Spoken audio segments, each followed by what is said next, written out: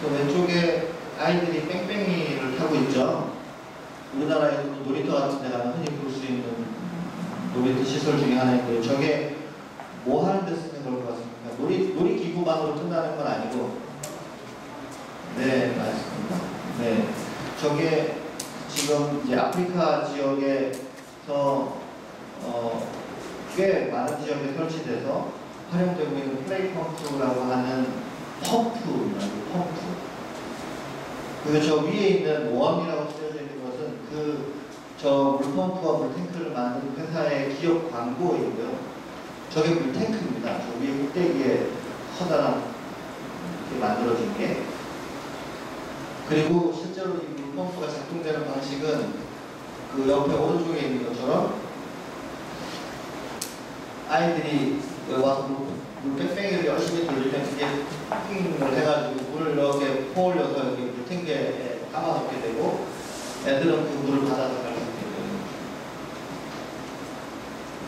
거죠. 이렇게만 보면 이건 사실은 뭐 별게 아닌데, 이건 근데 그렇지 않습니다. 굉장히 정말 어쩌면 지속 가능성 관련된 혁신적인 발명품이라고 말할 수 있는데요. 우리나라에서도 코이카나 이런 데서 우물 파주로 전 세계 많은 나라에 가죠. 그런 것처럼 어떤 사회적 기업이 아프리카에 저 우물을 파주러 갔어요. 근데 그 마을이 이제 어떤 마을이었냐면 지표수는 이제 땅 위에 겉으로 드러난 물은 이제 거의 다 말라버렸고요. 예전에 이제 나무를 다 베먹고 그러면서 물을 기르려면 2시간 정도를 걸어가야 겨우 물을 얻을 수 있는 그런 지역. 이제 그러니까 이런 지역에서 아이들이 학교를 가야 되는데, 여기도 약간 불평등이 심해가지고 남자애들은 학교 가고 여자애들은 물 길러 가느라고 학교를 못 나오는 거예요. 그러니까 그 초등학교를 졸업하거나 이런 비율이 절반이 안 되는 거예요. 물 길러 가야 돼요. 그러니까 여자애들이 문맹 상태인 경우가 많아요. 그러니까 애만 문맹이 아니라 엄마도 문맹이고, 그러니까 여자들이 전반적으로 그런 새로운 변화나 정보를 획득할 기회가 굉장히 적고, 거기에 대응할 수 있는 능력도 떨어지고 있습니다. 말씀드린 대로 환경은, 살림은 다 보시는 것처럼 망가졌고 사막화가 되고 있고, 지표수는 오염되어 있고, 지하수도 계속 수위가 낮아지고 있고, 청년들은 지속적인 실업 상태에 에이즈에 마약에, 그러니까 청년들도 심각한 문제다. 아까 말씀 것처럼 여성 차별에 엄마들은 문맹이죠.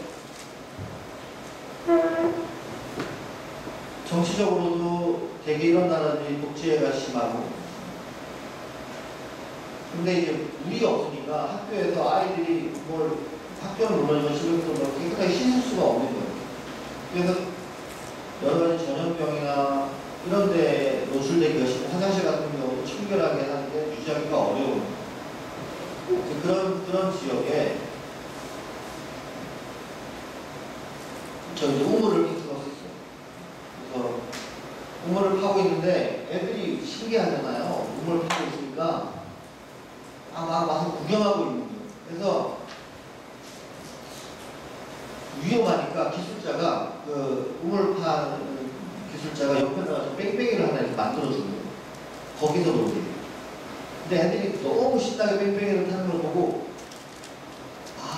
이 두 가지를 결합하면 되겠구나. 그래가지고 원래는 물을 펌핑을 뭘로 되게 하냐면, 이런 데서는 태양광 전지를 설치를 해가지고 태양광에서 얻은 전력으로 이제 펌핑을 주고 하는데, 저기는 이 플레이 펌프랑 연결을 하는 거예요. 그러면서 이게 어마어마한 변화가 나타나기 시작하는데, 일단 첫 번째로 나타난 변화는, 그러니까 얘네들이 학교에다 이제 학교 운동장에다 이걸 설치를 했는데, 애들이 학교를 가면 쉬는 시간마다 나와서 이 뺑뺑이를 돌리려고 해서 물탱크가 넘치기도 하고 애들이 너무 막 열심히 쉬는 시간마다 뺑뺑이를 하니까 그래서 펌프 라인을 막 내려오는 라인 하나 더 설치할 정도로 첫 번째로 나타나는 변화가 뭐겠습니까? 여자애들이 학교를 갈 수 있게 첫 번째. 그리고 두 번째는 학교에 물이 많으니까 손을 씻거나 청소를 하거나 화장실을 관리하거나 이런 위생 청결 이런 게 이제 반해지면서 아이들의 건강이 개선이 되고 엄마들이 학교에서 와가지고 학교에다가 텃밭을 만들었어요. 물이 많으니까. 그래서 채소를 길러가지고 아이들한테 싱싱한 채소를 먹이기 시작해요. 학교에 급식이. 근데 너무 이게 채소가 잘돼가지고 먹고 남은 거예요. 그걸 시장에다 팔아가지고 돈을 좀 만들어가지고 학교에 못 나오거나 와도 뭔가 이렇게 돈이 어려운 애들을 지원하기 시작했네요. 그러면서 이제 딸들이 학교를 다니니까 학교에서 배운 딸이 집에 가서 엄마를 가르치기 시작해요. 그러면서 부녀회가 모여서 야 이거 우리 마을 어떻게 해야 되지 이런 논의를 이제 하기 시작하고 청년들 쟤네들 뭘 좀 시켜야 되는 거 아니냐. 그래가지고 청년들이 이걸 만드는 기술을 배우고 있어요. 그러면서 기업에 가가지고 우리가 기술을 배워서 저거 할 테니까 저 만드는 돈을 좀 지원을 해줘라. 그냥 광고 이렇게 하고. 그래서 기업들이 광고를 저기다가 넣는 대신에 니네들이 기술을 배워서 해야 되고 가급적이면 재활용 투자를 만들어야 되고 저걸 또 뜯어가는 인간들이 있나 봐요. 설치를 해놨더니. 그래서 재활용 투자를 만들어야 되고 그러면서 청년들이 저걸 만드는 거를 일로 만듭니다. 그래서 아프리카 지역에서만 1000개가 넘는 저걸 이제 만드는 일을 하기 시작해요. 그러면서 여자애들이 상급 학교로 진학을 하기 시작해요. 중학교, 고등학교. 그리고는 우리 마을이 지속 가능하기 위해서는 뭘 해야 될 것인가에 대한 고민을 하고 토의를 하기 시작하고 계획을 세우기 시작하면서 제일 중요하게 하는 게 뭐냐면 나무를 심기 시작합니다. 나무. 왕가리 마타이께서 얼마 전에 돌아가셨죠. 근데 그분이 제일 1억으로 나무 심기 전 세계, 아프리카 저기 그런 거 하면서 특히 단기적으로 뭔가 소득을 얻을 수 있는 나무들을 주로 많이 심었는데 그런 나무 심기를 하기 시작해요. 그러니까 저 플레이 펌프라고 하는 하나의 발명품이 물건이 이 마을에 있어서 환경적인 문제, 지금 써 있습니다만 식수원 문제라든지 산림 파괴 문제라든지 오염의 문제라든지 이런 환경적 기반의 문제하고 그 다음에 그 지역에서의 빈부격차라든지 또는 산업 기반이 없는 거라든지 일자리가 없는 거라든지 이런 문제들하고 양성 불평등이라든지 교육 기회가 부족한 거 또는 문명에 관련된 문제, 전염병, 보건 이런 문제들이 그냥 다 이렇게 얽혀 있는데 그 문제들을 해결하기 위한 신발을 찾아내요. 그러니까 우리 문제도 대부분의 경우에 사실은 따지고 보면 이 안에 이런 환경적인 측면과 경제적인 측면과 사회적인 측면이 사실은 맞물려서 서로 영향을 주고받으면서 돌아가고 있잖아요. 그리고 이 마을이 이제 앞으로 5년, 10년에 어떻게 변화할 것인지 두고 봐야 되는데 또 오른쪽에 있는 저 히포로라고 하는 녀석은 아무데나 이제 구멍을 핀다고 해서 물이 나오는 건 아니기 때문에 그런 지역 그럼 단정을 들어도 우물을 만들기 어려운 지역에서는 저 아이들에게 저 부르는 하마라는 저 물탱크를 하나씩 조그만 물탱크를 하나씩 기증을 했는데 저게 계단 하나에 100불 정도 한 번 갔다 오면 한 20번 갔다 와야 될 양의 물을 한 번에 가지고 올 수가 있는 옛날에 물쪽에다가 지고다가 막 그때 차 빠져서 다 흘리기도 하고 힘들고 더 길어올 수 있는 물의 양이 워낙 작으니까 근데 노인들이나 여자애들이 한 번 어차피 간다면 저게 잘 깨지지도 않고 우중불중한 길을 가도 힘들지 않게 분리면서 갔다 올 수 있도록 해가지고 한 번 갔다 오고 나면 20번은 이제 학교를 다닐 수 있습니다. 그래서 인터넷상에서 흑보로라고 치면 저 기증할 수 있도록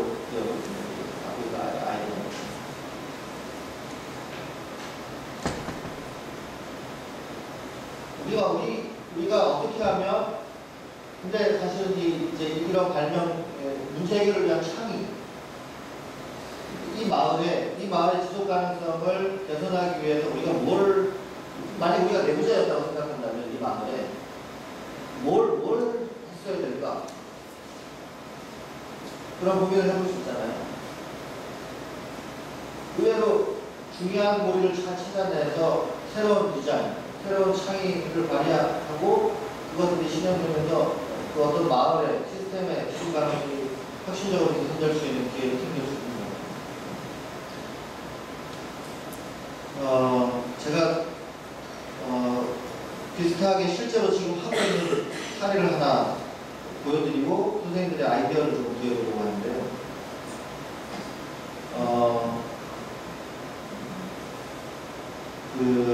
지금 이제 철새들이 많이 와 있을 타이밍입니다. 그래서 1박 2일에서 최근에 가창오리 때 촬영한 것도 보여주고 두루미 철원에 노래들도 보여주고 그랬는데 최근에 순천이나 이런 데에도 철새 관련해서 되게 유명해졌죠. 그래서 지금 제가 같이 프로젝트 하고 있는 마을은 철원에 있는 양진이라고 가끔 독수리 관련해서 텔레비전에 보도되고 이번에 두루미 찍으러 갔던 마을이 이제 그 인근인데요. 순천만에 오는 두루미는 되게 제두루미 아니면 흑두루미. 그러니까 이제 몸 전체가 이제 잿빛인 턱시도를 입은 잿빛 턱시도를 입은 것 같은 굉장히 좀 사람에 따라서는 제두루미를 더 좋아하는 분들이 있는데 철원에 오는 애들은 제두루미도 오고 그냥 두루미도 오고 우리가 학이라고 500원짜리 동전에 이렇게 머리 빨간에 단정학이라고 그러거든요. 걔가 전 세계에 2,000마리 정도밖에 안 남았잖아요. 근데 그 중에 1,000마리가 1,000원으로 오는 아니면 중국으로 북쪽에서 쿠시로라고 일본 홋카이도에 있는 터세화돼서 거기에 있고 민통선 안 지역에 얘네들이 와요. 900마리 정도 오는데 그래서 거기는 이제 사람이 함부로 들어가지 못하고 청정 지역이고 그래서 두루미도 오고 오데살이 그래서 우리나라 3대 브랜드 중에 하나예요. 무농약 이런. 그래서 그분들은 비싸게 쌀을 팔 수 있고 또 두루미는 거기 가서 살 수 있고. 그러니까 새하고 그 농민들하고 사이에는 서로 상호 의존적인 그런 관계가 있어요. 두루미가 떠나는 순간 오데값, 오데미 쌀은 폭락을 할 겁니다. 제가 생각합니다. 새들이 다 떠났는데 근데 지금 유통선이 밀려 올라갔어요. 옛날에는 검문소 안에 그 마을이 있었는데 지금 무슨 민원 이런 그다음에 BMG에 대한 여러 가지 개발 압력 이런 등등 해가지고 이게 유통선 안으로 밀려 들어가면서 어떻게 될지 모르는 상황입니다. 그래서 그 마을을 어떻게 하면 철새들도 오게 하고 마을도 지속 가능하게 할 것인가가 지금 저의 프로젝트 이제 과제인데 그 마을에 토교라는 저수지가 하나 있거든요. 그 토교 저수지가 세기러기들이 굉장히 많이 와서 머무는 곳이에요. 그 기후변화 때문인지 모르겠지만 세기러기들이 다 떠났어요. 평소보다 일찍 남쪽으로 내려간 것 같아요. 올라갔다가 다시 그런 분들도 있는데 먹이가 없거나 날씨가 이상해서 떠났을 거라고 합니다. 근데 제가 갔을 때 지금 세기러기 먹고 있었어요. 이게 토교 저수지이고 이제 새들이 저녁에 논에서 먹이 활동을 하다가 이제 잠자리로 돌아오는 거죠. 소리가 났습니다.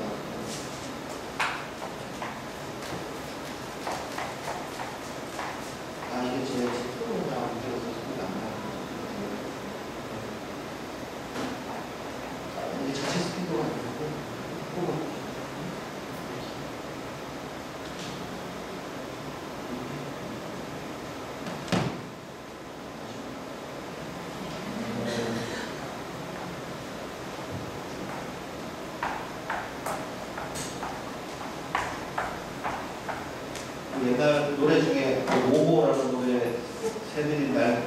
쏟아지면서 난다고 이런 식의 표현이잖아. 근데 여기가 정말 그 많은 슬기로기들과 정말 중요한 두루미와 독수리와 이런 애들과 사는 그런 마을입니다.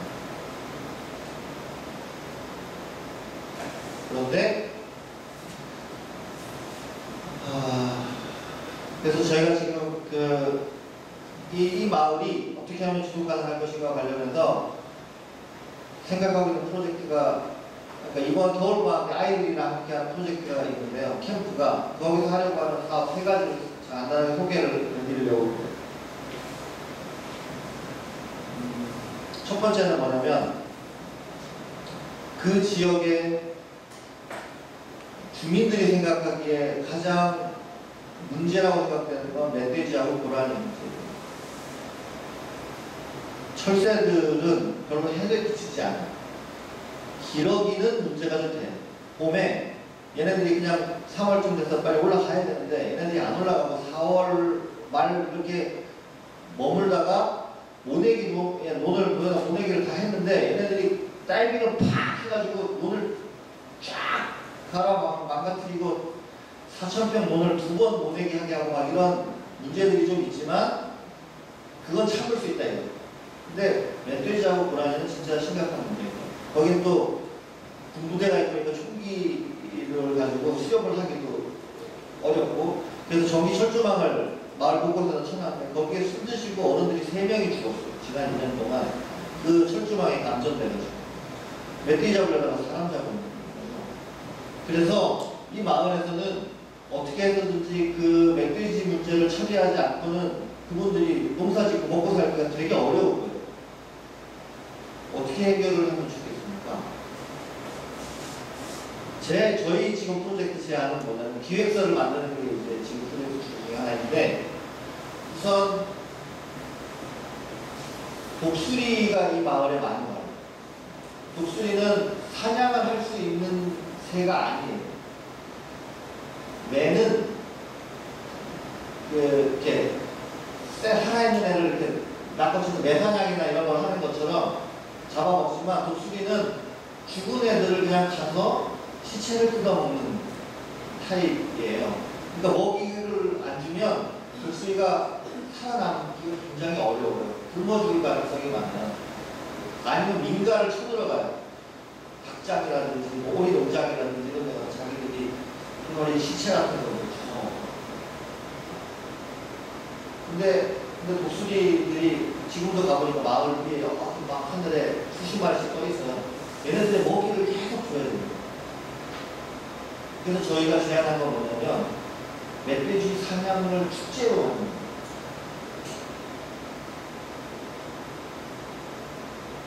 언제쯤 하냐면 한 9월달쯤, 겨울 철새들이 10월달쯤에 와요. 기러기들이 10월달쯤 모기 시작해요. 9월달이 넘어가면 모든 농작물들이 이제 다 연들어가지고 수확을 해서 얘네들이 와서 먹기 시작하면 되게 피해가 커요. 그래서 그때쯤에 멧돼지 사냥하는 걸 아예 축제로 만들어서 군부대랑 수렵하는 사람들이랑 같이 그쪽 지역의 멧돼지를 조사를 해봐야 되겠지만 몇 마리를 잡으니까 200~300마리를 이렇게 잡아요. 그리고 그 과정을 축제로 만듭니다. 살생을 축제로 합니다. 그리고는 그 멧돼지 잡은 걸 냉장고에 갖다 놔요. 그리고는 그걸 독수리 먹이로 겨우내 줍니다.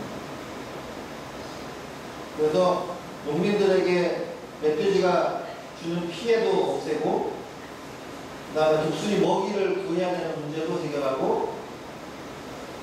마을 주민들의 문제와 독수리의 생존에 관련된 문제를 한꺼번에 해결하자. 어떠세요? 독수리 숫자가 더 많아지지 않을까, 너무 그럴 수도 있겠죠. 그거는 이제 적정한 독수리가 몇 마리쯤 될지 이런 거에 대해서는 또 고민을 해봐야 될 텐데, 살생을 축제로 한다는 거에 대해서 불편하세요?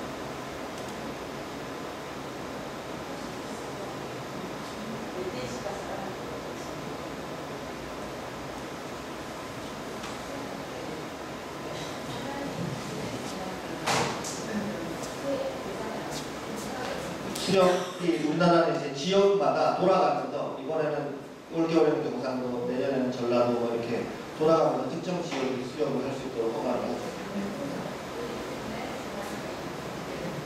상대적으로 통제를 많이 하죠.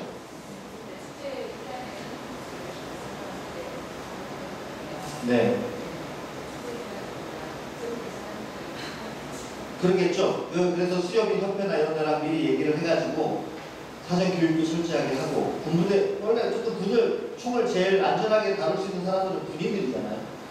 그 마을이 군부대로 둘러싸여 있어요, 사실은. 그래서 군인들이랑 이제 그 수렵하는 사람들이랑 같이 이렇게 미리 사전에 이제 협력을 해가지고, 그래서 이제 군부대에 사령 관련해 이런 사람들한테 우리가 이런 걸 하려고 하니 가능하겠냐, 어떻게 하면 가능하겠냐, 이런 것도 물어보고.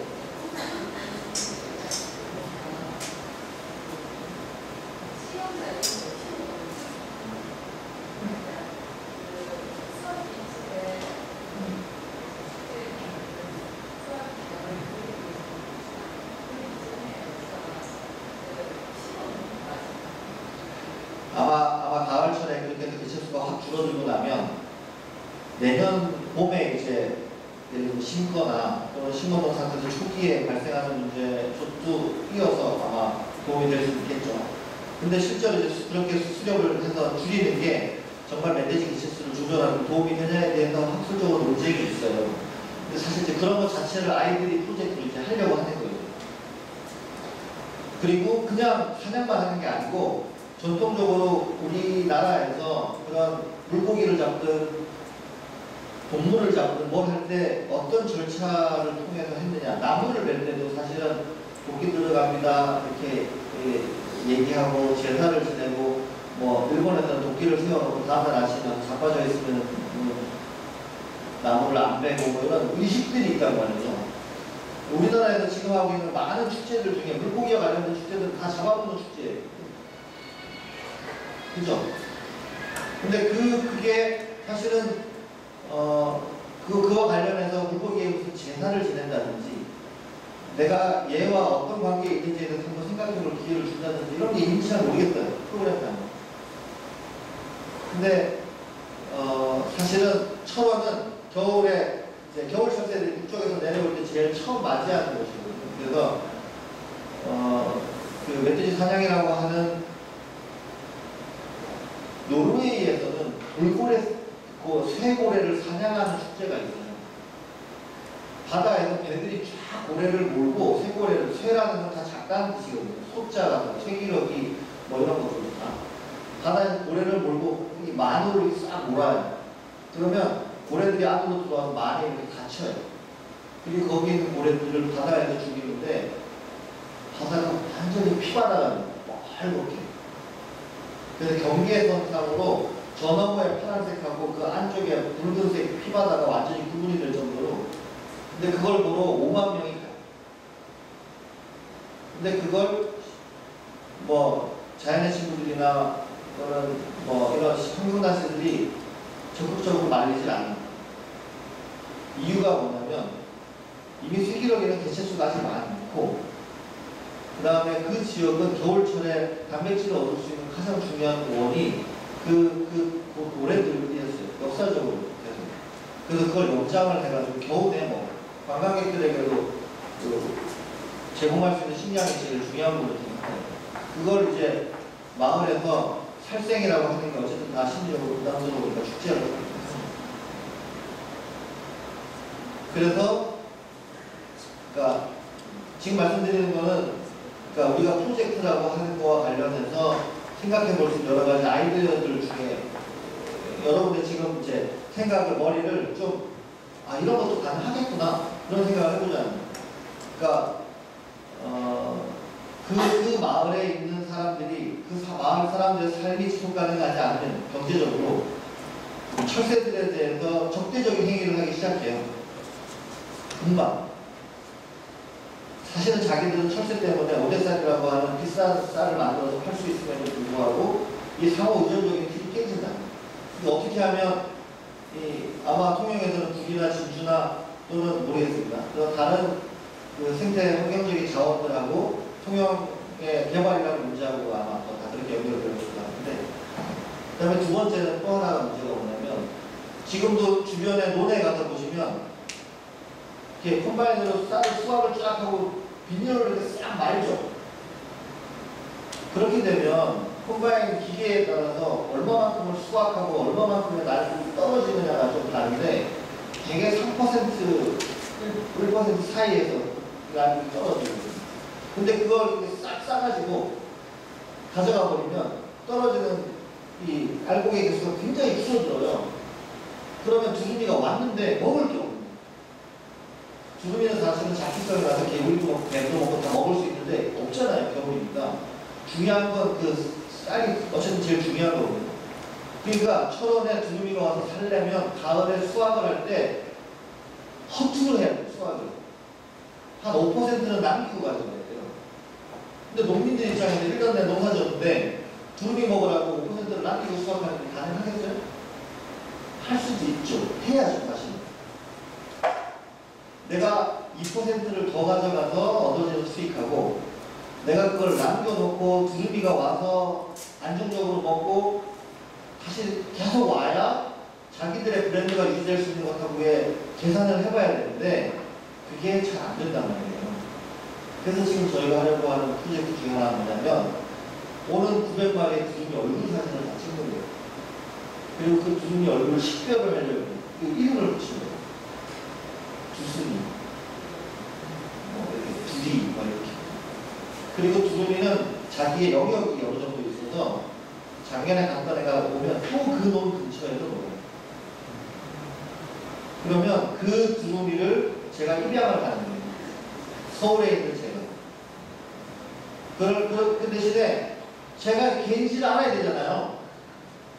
근데 발가락에 채우거나 이런 건 어려워요. 두루미는 굉장히 민감한 녀석이어서 300m 근처를 들어가기가 어려워요. 그런데 가서 잡아가지고 발가락에다가 끼운다는 건 얘가 아프거나 뭐 이런 경우를 제외하고는 그렇게 하면 안 되는 거죠.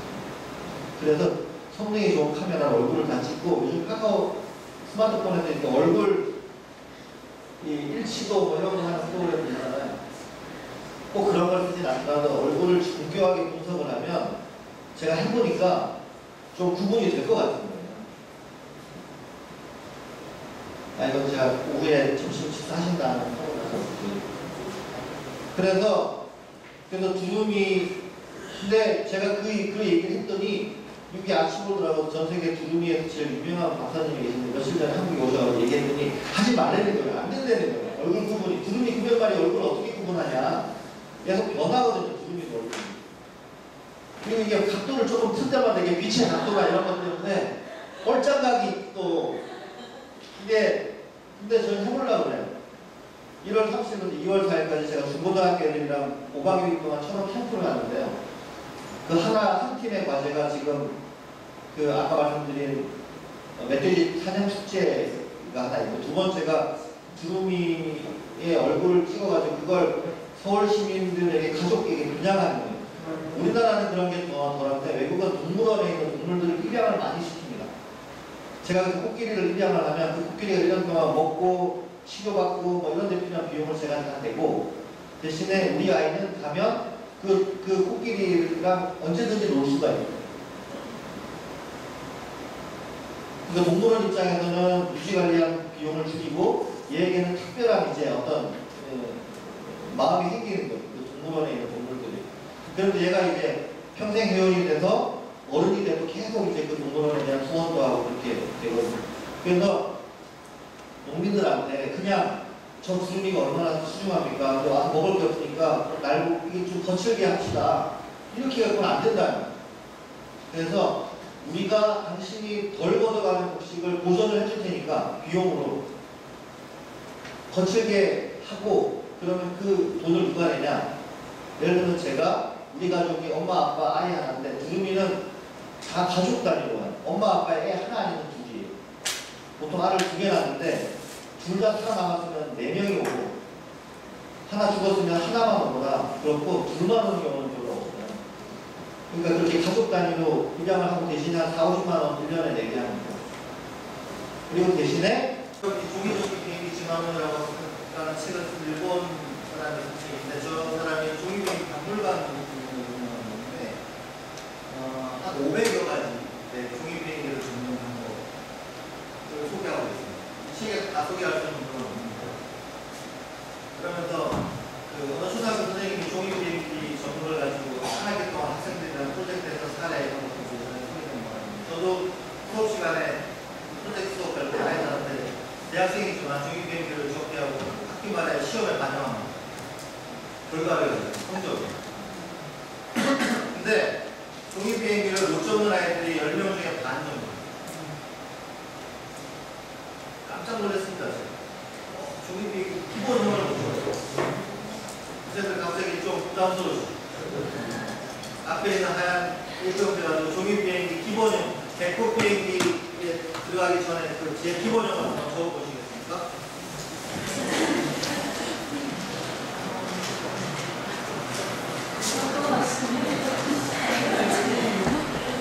네, 가운데에 있고요.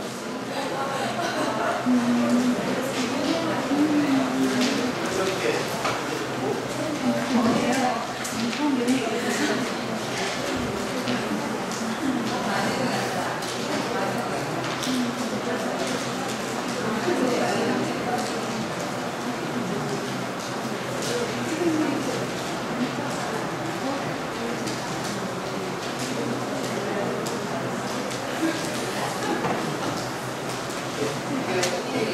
이게 아시죠?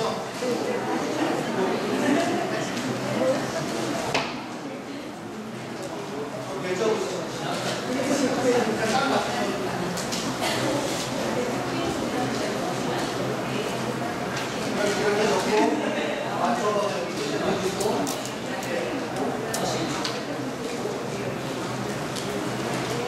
예, 비슷합니다.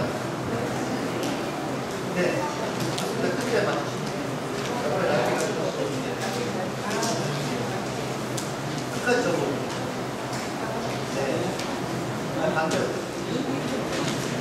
네, 끝까지 접어.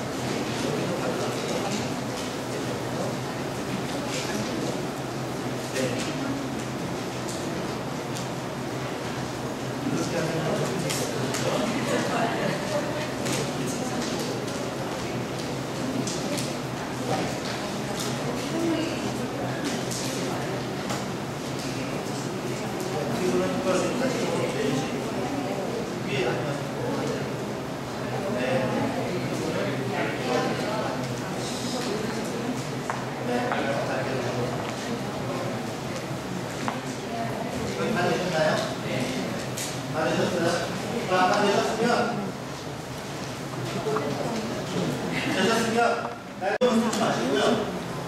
내가 이랬으면 하고 목표로 삼고 있는데 잘 안 되는 거. 예를 들면 우리 학급을 정말 활기차게 만들고 싶다.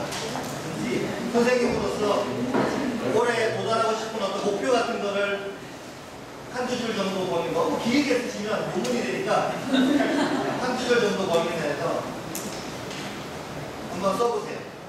한쪽에 그 접힌 부분에만 주세요. 나중에 어떻게 할 거냐면 이걸 접고 비행기를 날릴 겁니다. 서로. 그러면 그걸 받으신 분이 날개에다가 그걸 실현하기 위한 내가 나름대로 제안하는 걸 쓸 거예요.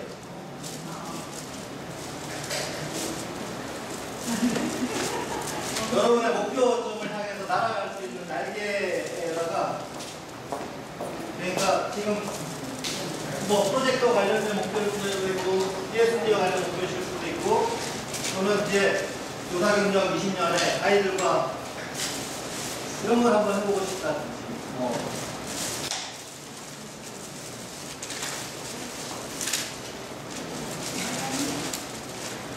자, 되셨으면 의자에서 일어나셔가지고 여기 이렇게 원을 한번 만들어보세요.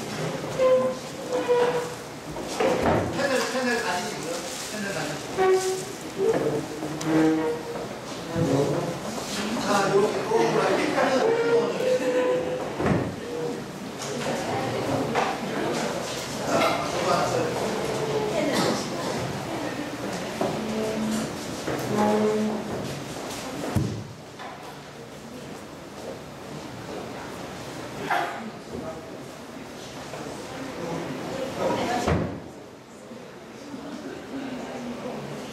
자, 그러면 준비되셨죠? 그러면 뭔가 대략 서로를 향해서 날리겠습니다. 그래서 자기 가까운 데 떨어지는 이렇게 하나 주셔서 그 다음에는 이제 다음에 정하시면 다시 말씀드립니다. 자, 준비하시고 카메라 준비하시고 카메라 준비하시고 그림이 나오기 때문에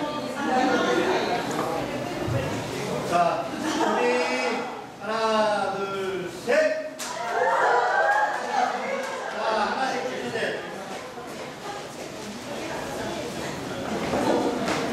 자, 그런 다음에 뭐 하나 날라.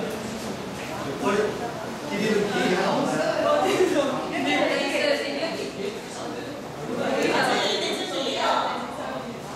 자, 지금부터는 날개에다가 선생님께서 가운데 있는 목표를 달성하기 위한 방법을 한 가지씩 제안을 해주세요. 날개에다가 쏘시면 됩니다.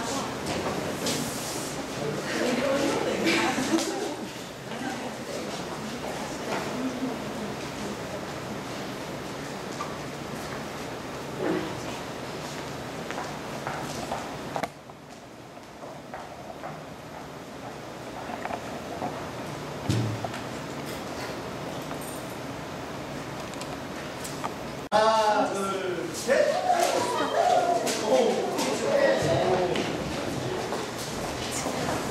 본인이 자기 비행기를 받으신 분은 옆에 사람과 바꾸셔도 됩니다.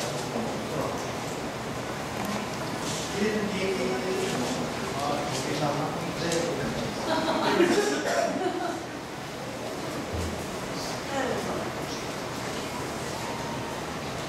안녕.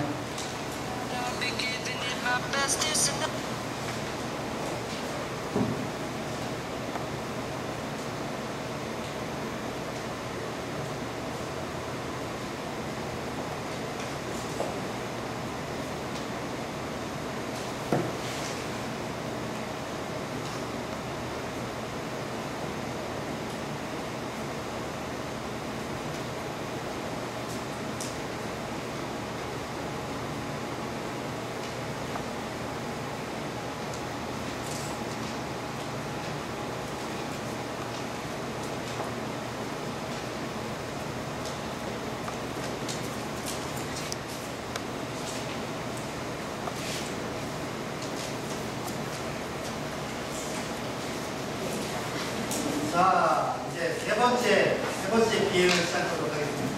이제 이 세 번의 나중에 엔진을 가지고 얼마만큼 빨리 갈 수 있는 비행이 되시는 거예요. 자, 준비 안 했습니다.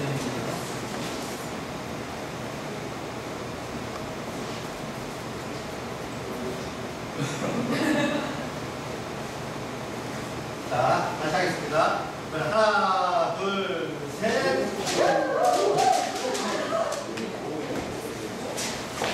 날개 뒷면에다가 쓰셨구나.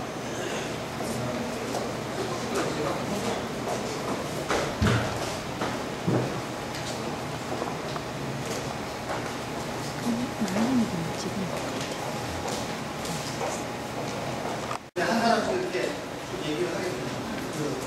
그 원치를 목표를 말씀하시면 주인의 손을 쥐고 보내겠습니다. 얘기를 불러드립니다. 네. 다음.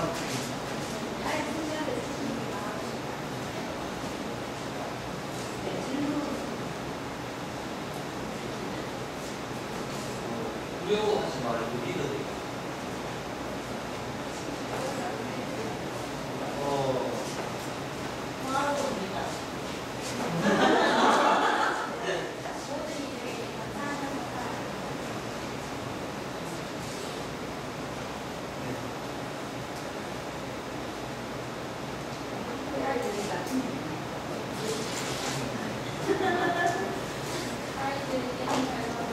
예.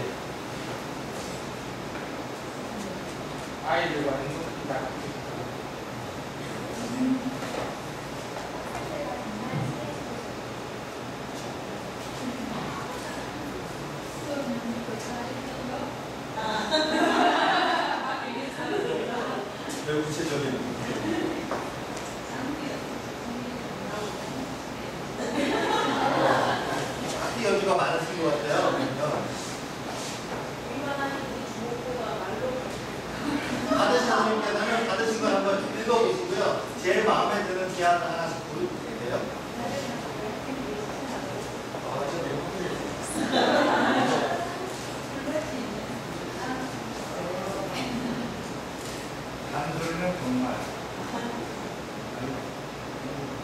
잘 나가는 학생들에게 즐겁게 웃는 교사.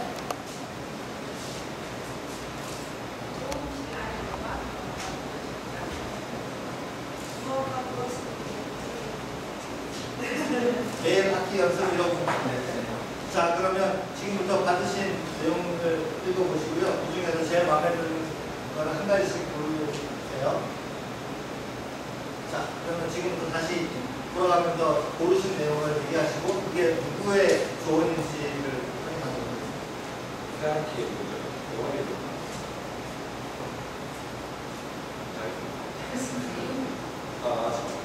자유롭게. 선생님 그러면 자기가 지금 도토리 몇 개를 갖게 되는지를 계속 기억하고 있어요. 도토리 한 개 받으시는 분께서. 감사합니다. 감사합니다. 두 번째.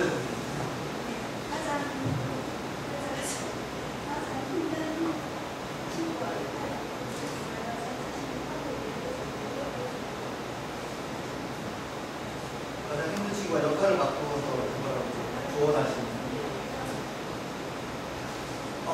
선생님도 도토리구나. 네.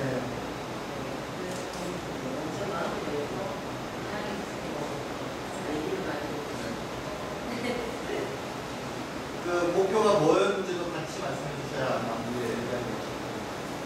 제가 아이들에게 정말 항상 교사가 되고 싶었는데 아버지의 어떤 아이들과 누군가 호수를 지어낸다고 보고 싶습니다.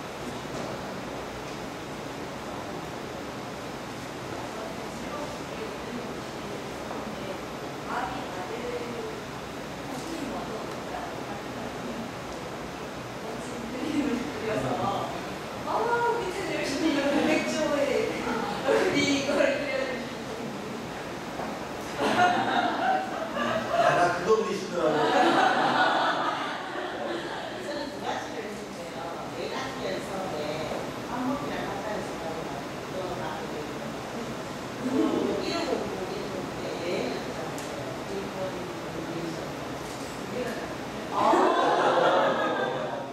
도토리 반쪽씩 해서.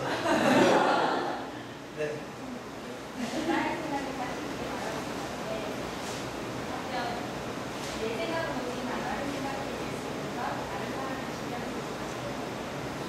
네.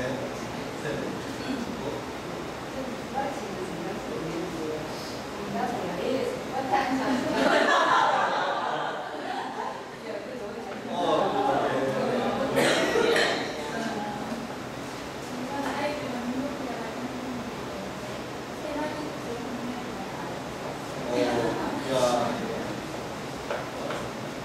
저는 친구들과 다른 팬들을 만들고 싶다는데 일단 저지르세요. 다음 주로 시작되거나 아니면 생각합니다.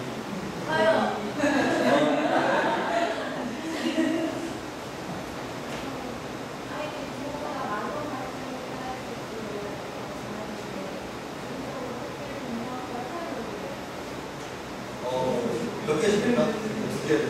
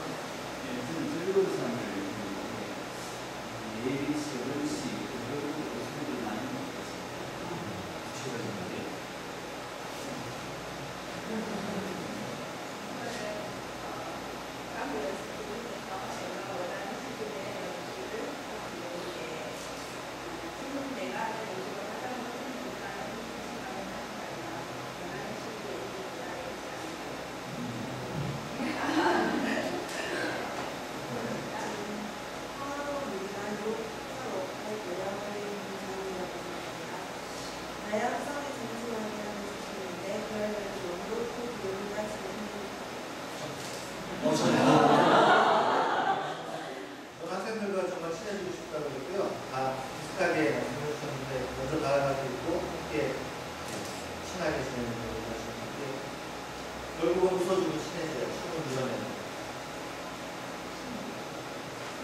네, 자, 그러면 여기까지 했는데요. 제일 도토리가 많으신 3개가 있으실까요? 여러분이 또 2개. 그러면 나중에 2개 일단 받으시는 분 손으로 보겠습니다. 이건 그 선생님들이 카운셀링에 아마 소질이 있으신 선생님이시죠. 그럼 일단 박수 치고 가시고요.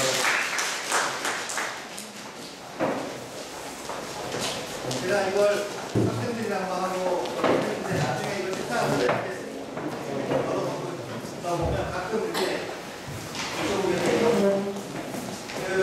이 활동은 아이들이랑 해도 재밌게 하실 수 있는데 프로젝트 이벤트도 그렇고 궁극적으로는 사실은 여럿이 함께 지혜를 모아서 혼자가 아니고 함께 살아가는 길과 관련된 중요한 목표이자 과제이기 때문에 지금 이제 구조적으로 보신 것처럼 가고자 하는 목표는 내가 설정을 했을지라도 나아가는 데 필요한 나에게 힘은 여러 친구들과 교육이 같이 모아서 함께 가야 된다 이런 메시지를 담고 있고 학교에서 아이들과 이루어지는 그러면 그 프로젝트에 관련된 실행 전략에 대해서 짧게 말씀을 드리겠습니다. 길게 말씀 못 드리는 게 좀 아쉽긴 한데요. 이거는 지금부터 말씀드리는 건 교재에 있습니다. 이건 제가 7살짜리 제 아들과 해서 프로젝트가 이제 잠자리의 착시 자세에 관련된 연구 프로젝트입니다. 그 잠자리 균형 잠자리라는 장난감이 있죠. 그 실제로 이렇게 잠자리가 균형을 하니까 일본에서 대나무로 만든 걸 사왔더니 아들이 보고 잠자리가 정말 이렇게 앉냐 이렇게 물어보길래 그럼 한번 확인해보자. 그래가지고 여름 내 잠자리 사진만 찍었어요. 그래서 정말 제 생각에 아마 수천 장을 찍은 것 같은데 보면 잠자리가 이제 저 오른쪽 위에 있는 것처럼 이렇게 옆으로 수평으로 해서 앉지만 시간이 지나면서 계속 날개의 위치라는 것들이 변하게 되는데 그런 과정들을 조사해본 사례입니다. 그러니까 아까 이제 선생님도 그런 질문하셨는데 프로젝트에서 제일 어렵고 중요하게 다시는 그 주제, 연구 질문을 프로젝트의 그 탐구 주제를 정하는 것인데 그 주제를 어떻게 정하느냐. 아이들 속에서 나오는 것이 제일 중요하고 그렇지만 아이들이 처음부터 그렇게 주제를 낼 수는 없기 때문에 그 주제를 만들어가는 과정이 중요하다는 말씀을 드리고요. 그 주제는 아주 일상적인 여러 가지 삶의 현장 속에 아이들이 머무는 모든 공간 속에 있다 이렇게 볼 수 있겠습니다. 지나가는 길에 말씀을 드리자면 잠자리 착시 자세에 대한 사실을 찍는 과정에서 어떤 일이 벌어지냐면 한여름에 잠자리가 꼬리를 하늘로 이렇게 치켜들고 있는 잠자리들이 있어요. 가끔. 혹시 보신 적 있으세요? 거의 수직으로 잠자리가 꼬리를 하늘로 들고 있어요. 왜 그럴까요?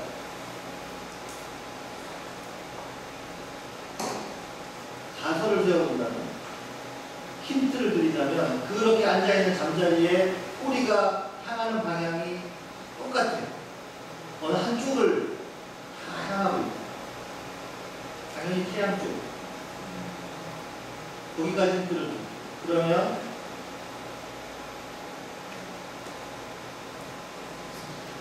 지금까지 알려진 것 중에 하나는 잠자리가 자기 몸에 닿는 햇빛의 단면적을 최소화하기 위한 것이다. 이렇게 설명하고 있는 게 지금 현재로는 제일 설득력이 있는 겁니다. 그러니까 꼬리가 태양을 딱 겨누고 있으면 단면적이 제일 작아지겠죠. 몸에 닿는. 그러면 왜 그늘로 안 들어가냐? 그렇게 애써서 꼬리를 치켜들고 있을 거예요. 그런 질문들도 가능하는데 이런 하나하나가 다 이제 탐구거리가 되고 질문거리가 되는 겁니다. 프로젝트는 어쨌든 여럿이 함께, 물론 혼자 할 수도 있지만 방금 나눴던 것처럼 상호학습이라는 게 구성주의에서 얘기하는 사회적 상호작용이라는 것이 학습에 있어서 가장 중요한 과정 중에 하나이기 때문에 가능한 여러 명의 아이들. 도대체 여러 명이 몇 명이 제일 적당하냐? 이건 정답은 없습니다. 그런데 4명이 넘어가면 무임승차자가 생기기 시작합니다. 그래서 대개 4명 이하를 권장하는 프로젝트가 근데 커지고 아이들이 역할이 분담이 잘 될 수 있으면 7명 이런 조금 대규모 프로젝트 팀도 아주 작은 그룹은 할 수 없는 걸 할 수 있기 때문에 장점도 있는데 그 부분에 대해서 뒤에 말씀드리겠습니다. 그리고 여러 명의 아이들이 서로 잘하고 잘못하는 이런 과정들을 상호작용을 하면서 겉으로 드러나는 문제 이면에 있는 뭔가를 발견하고 탐구하고 거기에 기초해서 자신들의 생각이나 가치나 의미를 담은 특별한 산출물을 만들어내는 것, 그리고 그것을 다른 사람들과 공유하는 것까지를 포함해서 프로젝트 활동이다, 이렇게 말할 수 있겠습니다. 그러니까 처음에 프로젝트의 주제를 정하는 것, 그 다음에 그 프로젝트를 수행하기 위한 계획을 세우고 실행하고 산출물을 만들고 그걸 다른 사람들과 공유하는 그 과정을 전체적으로 프로젝트 활동이라고 보고요. 프로젝트를 왜 강조하느냐? 일단 아이들이 좋아. 아이들의 그 몰입의 정도가 올라올 정도이고 또 공부를 하는데 필요한 여러 가지 에너지를 얻을 수 있고 우리는 왜 공부하는지 모르고 보통 공부를 하고 나중에 그게 언젠가는 쓰이겠지 이렇게 얘기하지만 프로젝트 하는 중에 내가 무엇을 할 줄 알아야 되는가에 대한 자각을 보여주기 때문에 공부를 하는데 자기 이유가 생깁니다. 그 다음에 문제 해결력과 다른 사람들과 더불어 문제를 해결하는 능력이 있게 되고 무엇보다 중요한 건 여기 써 있지 않는데 제가 200~300명 정도의 프로젝트 소감문을 정리를 하고 분석을 해봤는데 제일 큰 변화는 자기 자신에 대한 자존감이 없거든요. 프로젝트 수업을 하게 되면 내가 이 정도로 괜찮은 분이어서 내가 이런 것도 할 수 있는 사람이야. 더군다나 내 친구도 쟤도 이런 것도 할 줄 알아. 그런 자기 자신과 친구들에 대한 자존감이 굉장히 높아지는 것을 볼 수 있고 그 주제나 선생님에 대한 소리적인 태도가 강한 것을 볼 수 있고 관심이 많아지는 거예요. 그래서 프로젝트 수업을 하게 되면 문제 제기하는 경우가 뭐냐면 프로젝트를 한 주제에 대해서는 잘할지 모르지만 그 이외의 주제에 대해서는 너무 모르는 거 아니냐 그런 문제 제기를 하는데 되게 그 주제에 대한 관심이 생기면 그 관심이 전이 돼가지고 그와 관련된 다른 영역으로 아이들의 그 학습이 확산되는 것으로 여러 가지 증거들이 보여지고 있습니다. 근데 프로젝트는 어렵습니다. 왜냐하면 선생님들이 학생일 때도 안 해봤고 교사 양성 과정일 때도 안 해봤고 연수에서도 지금 과정을 그렇게 다루지 않았기 때문에 해보지 않는 거 더군다나 정답이 없는 거 불확실성이 높은 걸 다루기는 사실 두려운 게 당연하죠. 선생님 입장에서. 더군다나 학생들도 자기들은 시키는 걸 하는 데는 익숙한데 뭘 하라고 권리를 주면 꼭 갑자기 당황스러워요. 니네들이 결정해야 된다. 이런 게 되게 힘들어. 근데 그 고비를 넘기고 나면 굉장한 에너지를 보여줍니다. 비행기에 대해서 말씀드렸고요. 수집을 하는 게 프로젝트에서 아주 기본적이지만 중요한 전략 중에 하나입니다. 아이들한테 예전에는 뭐 수집 많이 했어요. 저는 어릴 때 껌종이, 병뚜껑, 우리가 뭘 그럴듯한 걸 수집할 수는 없으니까 버려진 걸 수집을 많이 했는데 이제 요즘은 우표 수집을 잘 안 하죠. 다 디지털 이메일만 이렇게 되어 있습니다. 근데 우표는 여전히 아주 중요한 수집의 테마이고 지속가능 발전 관련해서도 무궁무진한 소재를 가지고 있는 주제 대상입니다. 그래서 태양광과 태양열만 관련된 전 세계 우표들을 보면 수백 가지가 있는데 그 중에 몇 가지만 보여드려도 이 정도입니다. 그래서 예를 들면 이건 탄자니아 우표인데 이건 태양광 조리기입니다. 태양열 조리기. 이거는 탄자니아에서의 생존에 관련된 문제입니다. 연료를 구하기 어려운 나라라서. 이건 인도 우표인데요. 태양광을 가지고 뭘 하냐면 물을 펌핑합니다. 우리나라에서의 중요한 문제는 물을 확보하는 것인데 그것과 태양이 어떻게 연결되어 있는지.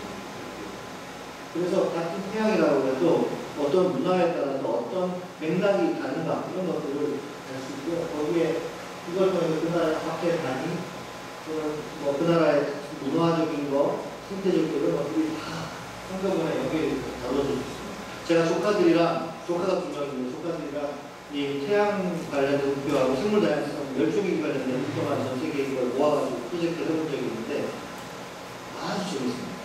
그래서 학생들, 그리고 목표는 인터넷상에서 얼마든지 쉽게 그 컬렉션이 가능하거든요. 실제가 아니더라도. 그리고 더 나아가서 이제 디자인 쪽으로 가면 아이들에게 태양 관련 목표를 디자인하게 하고 그걸 실제 목표로 만들 수도 있죠. 자기가 그림을 가져가면 목표를 만들어줍니다. 우체국에서. 그래서 그 목표를 실제로 우리 반에서만 쓰이는 특별한 목표로 만들 수도 있고 그걸 붙여서 보낼 수도 있고 그리고 학교 다니면서는 그런 뭐 공모 일종의 대회 같은 걸 해서 통영 우체국장님이랑 잘 얘기해가지고 한번 시켰어요.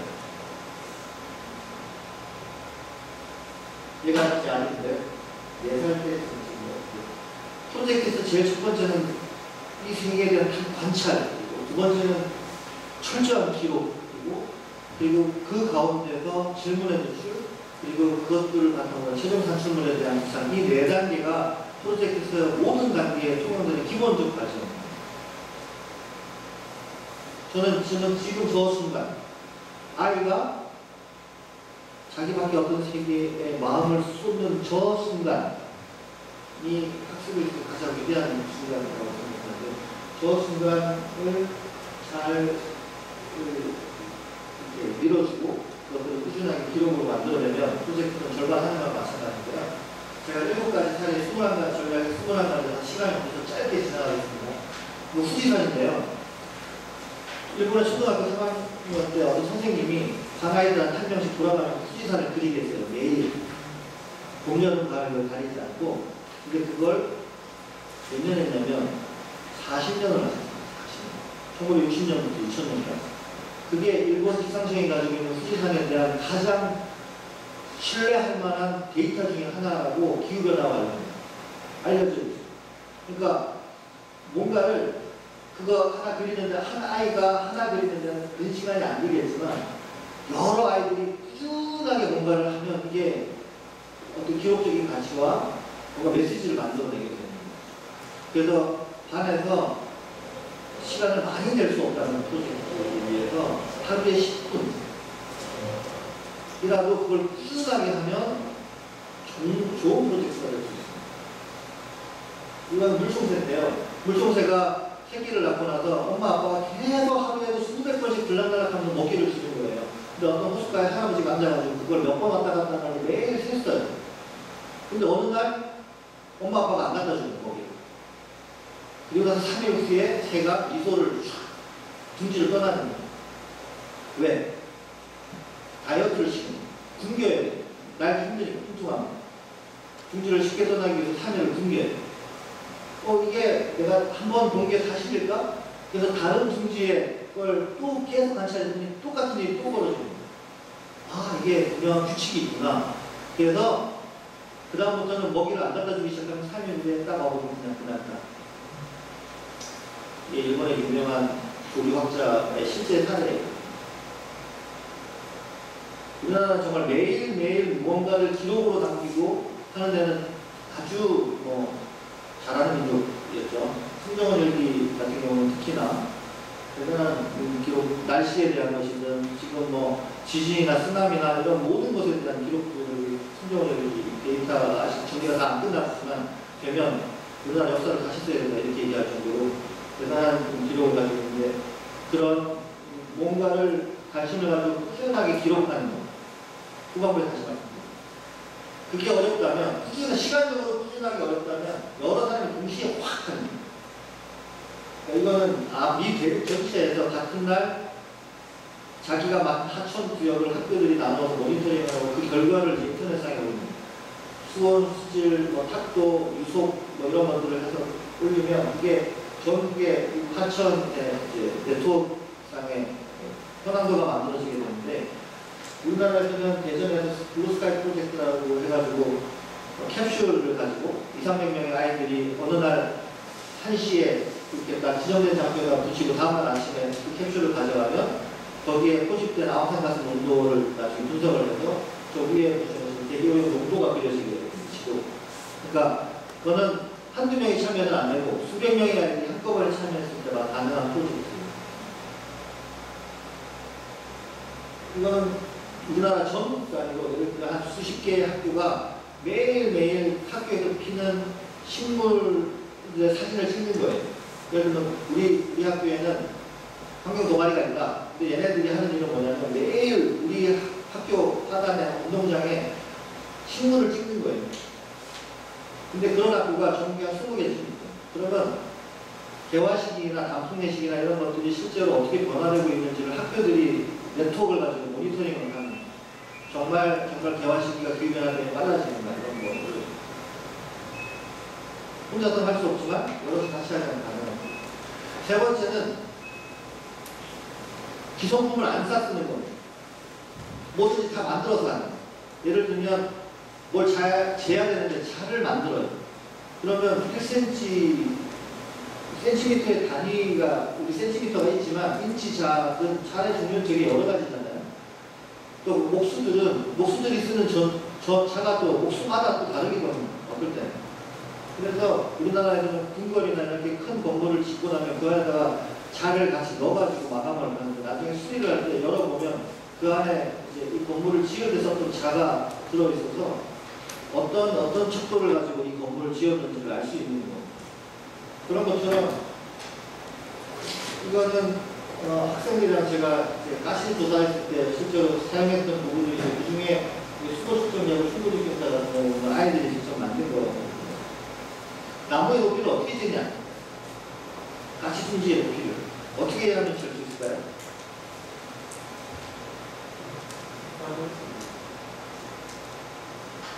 예, 그렇게 하셔도 되는데 그러려면 이 거리를 재야 돼요. 그래서 우리가 중학교 가서 배우는 탄젠트라는 걸 도대체 어디다 써먹냐 늘 궁금한데 이럴 때 써먹어야죠. 그러려면 나뭇가지 거리하고 각도만 알면 사실은 이제 그 둥지의 높이를 잴 수 있잖아요. 근데 그걸 한꺼번에 할 수 있는 자 같은 걸 이제 아이들이 이제 디자인하게 되고 기후변화의 시대에 올해 같은 경우에는 학교마다 온도계가 사실은 좋은 게 눈에 잘 띄는 게 있어야 되는데 온도계를 만드는 프로젝트 같은 거. 라든지 유치원 같은 경우에는 키를 재기 위한 이렇게 키 재는 차, 체중계 이런 거를 프로젝트를 하면서 아예 만듭니다. 애들이 어떻게 만들 수 있을까요? 그러면 이제 도량형이라는 거에 대한 처음부터 질문을 다시 하게 되는데 되게 우리가 알고 있는 단위들은 다 우리 몸의 일부이거나 1야드 그러면 하루에 말이 갈 수 있는 거리 진기질 이런 그 단위들이 있잖아요. 그런 것처럼 왜 그래야 되냐? 1cm가 왜 그만큼이어야 되냐? 그런 데 대한 기본적인 질문들을 다시 하게 되거든요. 굉장히 재밌습니다. 최근에 어린이 농부와 관련된 프로젝트로 자가 나왔는데요. 자가 이렇게 긴 막대기로 크게 생겼어요. 두껍게. 가운데 이렇게 고리도 생겼는데 그거는 자가 어떻게 되는지 아냐면 내 면에 눈금이 있는데요. 그 눈금에 있는 표시들은 뭐냐면 고추를 묘목을 심는다면 고추 모종을 몇 센치씩 심으면 좋겠습니까? 거기 보면 자에 이렇게 쭉 해서 고추는 요만큼, 무는 요만큼, 파는 요만큼 이렇게 띄어 심어야 되는 간격들이 꼭 자에 이렇게 표시가 돼 있고 얼만큼 파야 되냐 깊이가 그리고 1년 중에 언제쯤 심어야 되냐 이 시간 자까지도 거기 같이 들어있는데 요만한 근데 무슨 뭐가 쳐들어오면 이렇게 붙일 수도 있을 정도로 큰 나무 몽둥이처럼 생겼어요. 근데 실제로 이렇게 실측을 하면서 쓸 수 있고 멋진 자였어요. 그래서 아이들과 이런 자를 개발하고 이런 거. 이거는 일본의 유명한 환경사건이 2개가 있죠. 이타이타하고 미나마타인데 미나마타가 수능 중이거든요. 질소 비료공장에서 문제를 일으켰는데 원인 규명을 정확하게 못하는 거예요. 전문가들도 잘 안 도와줘요. 그래서 과학 선생님이 애들이랑 같이 페트병 같은 데다가 표시를 다 해가지고 바다에다가 수백 개 이렇게 던지고 붙이고 걔네들이 해외에서 어떻게 움직이는지를 모니터링을 해가지고 거기에서 배출된 오염물질이 이 비나반사정의 원인이 됐다라는 것을 주장하기 위한 조사를 하게 되는데 그런 것처럼 실제로 측정하기 위한 새로운 방법을 개발하는 그런 것도 보시고요. 요거는 이거 관점의 변화가 있는데 예전 같은 경우 곤충 채집을 하면 제일 관심 있는 게 뭐냐면 저 나비에 관심이 있는 거잖아요. 근데 폴세키나 ES에서 제일 관심 있어 하는 건 뭐냐면 관계거든요. 관계. 저 나비가 살려면 저 나비는 어떤 숲에 사는가. 그래서 어떻게 하냐면 저 나비를 잡는 게 아니고요. 저 나비를 1시간 동안 쫓아다녀요. 그냥. 쫓아다니면서 얘가 어디에 머물고 어디에서 뭐 먹고 이런 거를 계속 쫓아다니면서 사진 찍고 기록해요. 그러면서 나비를 개체로 보는 게 아니고 숲속에 사는 나비로 조사를 하고 그래서 그 나비가 살 수 있으려면 숲이 어때야 되는지를 거꾸로 이제 알 수 있게 돼요. 그래서 숲이 이렇게 파괴되면 나비도 못 살게 돼요. 이게 독일의 숲 유치원에서 하는 프로젝트 중에 하나예요.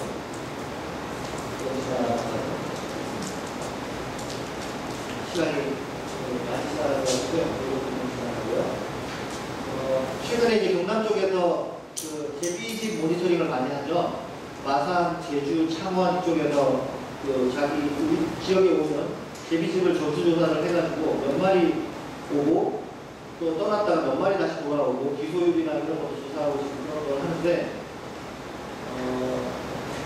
그냥 눈에 띄는 대로만 하면 사실은 그 데이터가 힘이 없는데 싹 다 하면 이게 힘이 생깁니다. 예를 들면 이거는 이진이라고 하는 마을. 아까 말씀드렸던 철원에 오는 게 구름이라고 이 마을에 가는 게 제주군이 흑준이거든요. 근데 얘네들은 지금 여기다가 벽실을 쫙 뚫었기 때문에 여기 이렇게 모여있는